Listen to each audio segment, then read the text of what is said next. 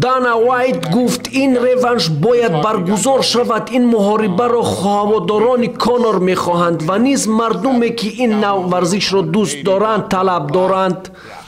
و نیز رهبری UFC باور دارد که ریونش با ورزشکار ایرلندی برای میراث نورمحمدوف بسیار مهم است.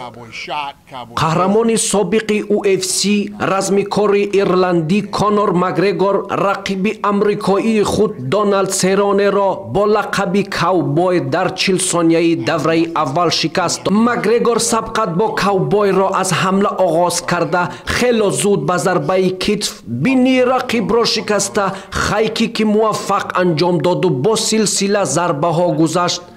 داور سبقت را در ثانیه 40 باز داشت.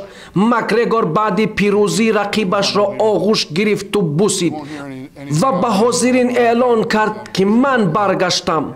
او این پیروزیش را تاریخی عنوان کرده تأکید نمود که شاه میدان برگشت. قبلا نبرد رزمکار ایرلندی با حبیب نورمحمدوف قهرمان UFC در وزن سبک دایر گردید که با پیروزی رزمکار داغستانی انجام یافت.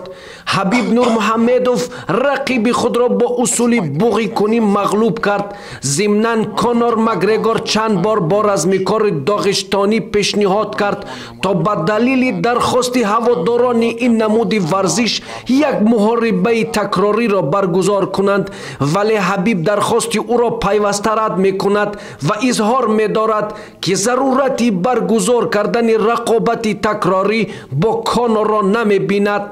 قابل ذکر هست که کانر مگرگور آدم خود رئیس UFC دانا وایت بوده و رشته خاص دوستی با همدیگر دارند و بازگشت کانر به UFC با یک غلبه خاص و بی‌نظیر خود که حریفش را با ضربه های خیلی سنگین مغلوب ساخت خیلی مهم است که نفر اول باشد.